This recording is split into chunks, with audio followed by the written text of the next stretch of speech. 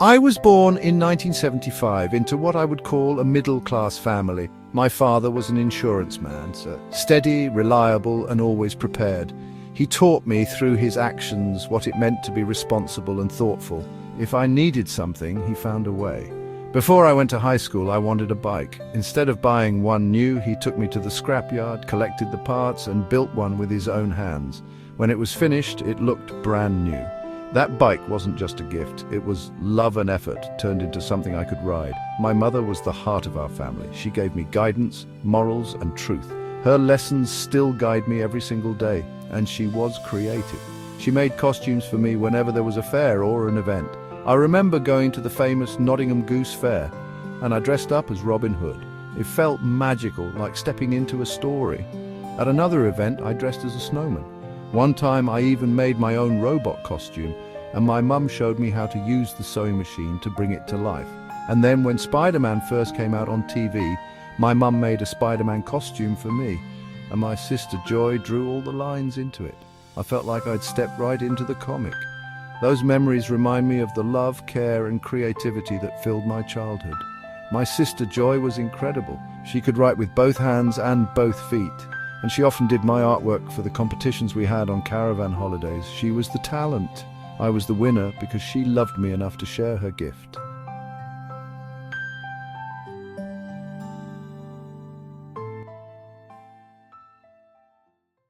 And then there was Mo, our little Pekingese.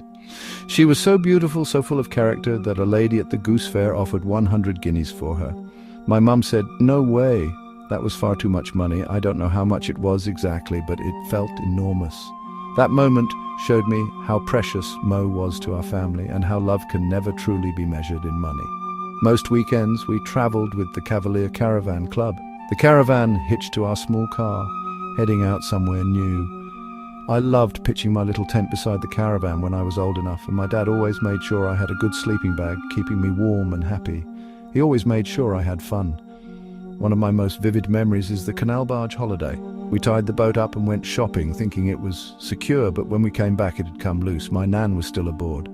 Another barge helped us, and together we sorted it out. It could have gone badly, but instead it became another family memory we laughed about. And my nan, she was special. Every Sunday she took us to church. I'd sit in the main service for a while, then go to Sunday school. At the time, I didn't see how much it mattered, but now I know those Sundays gave me roots. Faith, family, community. Of course, there were funny memories too, like playing football with my dad when he slipped and fell straight into cow muck. Everyone laughed, and at the time, so did I. But looking back, maybe that's why football never sat right with me. Maybe I saw his embarrassment and carried it.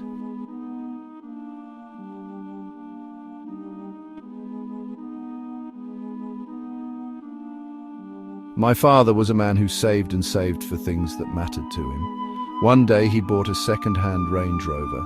He saved carefully because my mum didn't like the old tiny car on the motorway.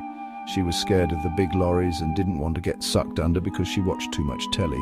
He always said that if his wife was happy, then he was happy. That's the kind of moral guidance he gave me.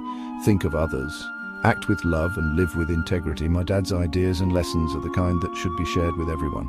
All of these pieces, the Nottingham Goose Fair, the costumes, the caravan trips, the canal barge, the church, the dogs, the scrapyard bike, the Range Rover, my sister Joy's talent, my dad's work ethic, my mum's guidance, my nan's faith, they built me. They gave me something money could never buy. Life tested me later. I made mistakes. My mental health got in the way and I hurt people I loved, but through it all, I never lost the compass my family gave me. I've done honesty, preparation, hard work, creativity, and love. That's why I tell these stories, not for pity, not for pride, but because they're true, because they matter, because the world needs to hear that love, family, and truth are the real treasures in life. I love you all. I don't have to like you, and I don't always like saying that, but it's true.